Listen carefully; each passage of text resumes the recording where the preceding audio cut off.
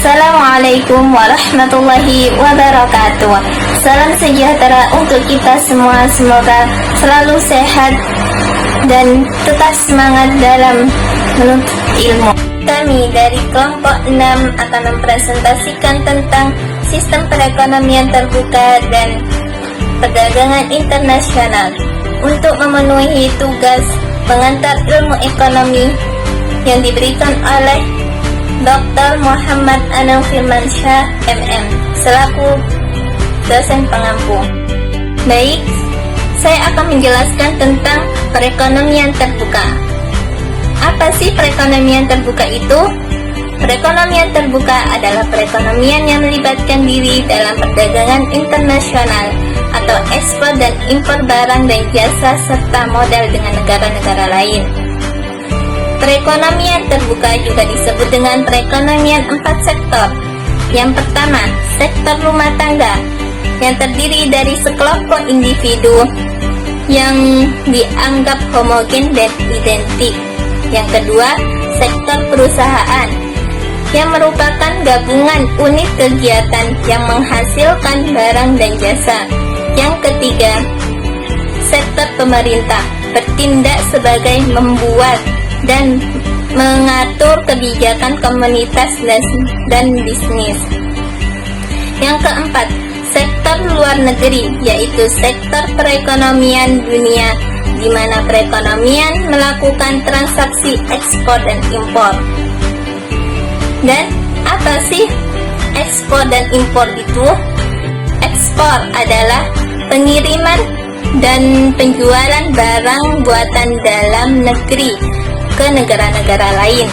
Sedangkan impor suatu pembelian barang dari luar negeri ke dalam suatu perekonomian. Baik, materi selanjutnya akan disampaikan oleh rekan-rekan saya. Saya akan menyinggung sedikit dengan perdagangan internasional. Perdagangan internasional adalah hal yang tidak bisa dihindari.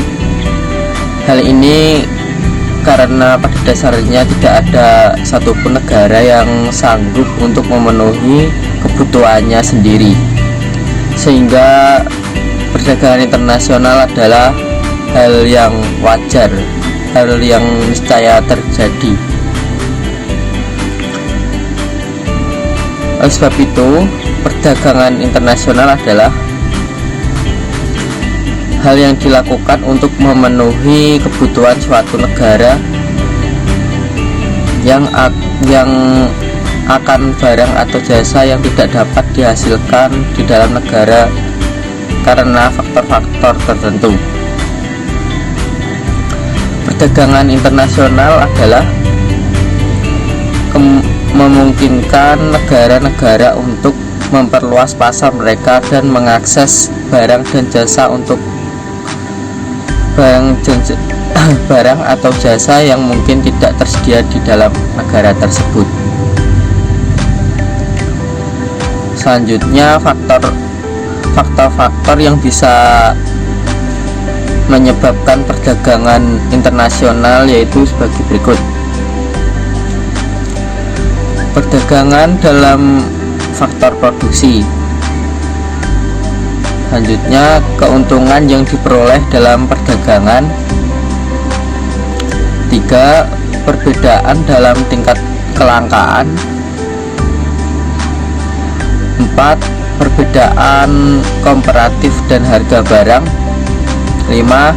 Perbedaan dalam kemampuan untuk produksi. Slide selanjutnya, faktor penentu terjadinya impor. 1. Dipengaruhi oleh tingkat pendapatan masyarakat. 2. Semakin tinggi pendapatan, maka semakin tinggi pula impor yang dilakukan. 3. Kemampuan menghasilkan barang yang lebih baik. Faktor yang terakhir, inflasi. Selanjutnya, faktor penentu terjadinya ekspor. barang yang nomor 1, barang yang dihasilkan atau yang dibutuhkan negara lain. Nomor 2, menciptakan barang yang mampu bersaing dalam pasar luar negeri. Saya di sini untuk melanjutkan presentasi dari kelompok saya yang sudah dibawa oleh Mbak Ismi dan Mas Anas sebelumnya. Maka dari itu saya akan melanjutkan untuk beberapa materi yang saya dapat yang akan saya sampaikan sekarang. Langsung masuk ke dalam materi yang akan saya lanjutkan, yaitu tentang perdagangan internasional. Perdagangan internasional merupakan suatu aktivitas berdagang yang dilakukan oleh dua negara yang berbeda, yang perdagangan dua negara ini pasti akan menghasilkan perjanjian atau suatu kesepakatan antara dua negara tersebut. Terus ada siklus aliran pendapatan perekonomian dan dari 4 sektor. Yang pertama ada gaji, upah, sewa, dan bunga untung. Jadi perusahaan ada 3, maksud saya ada 3 yang menghasilkan perdagangan ini. Yang pertama dari pemerintah, terus kemudian perusahaan turun ke rumah tangga. Pajak perusahaan, hasil dari pajak perusahaan akan diberi ke pemerintah, dan pengeluaran dari pemerintah akan diberi oleh perusahaan untuk memodali. Kemudian rumah tangga ini merupakan satu pekerja, bisa dibilang menjadi bagian dari pekerja. Jadi pemerintah memberikan gaji atau upah kepada para pekerja, dan pekerja tersebut memberikan pajak individu terhadap pemerintah. Perusahaan juga menghasilkan perusahaan akan menghasilkan ekspor, di mana akan dihasilkan dari hasil dari perusahaan tersebut untuk dikirim ke luar negeri. Kemudian perusahaan akan menanam modal dan dari lembaga keuangan, dan yang dari rumah tangga akan memberikan tabungan untuk menuju ke bank atau lembaga keuangan.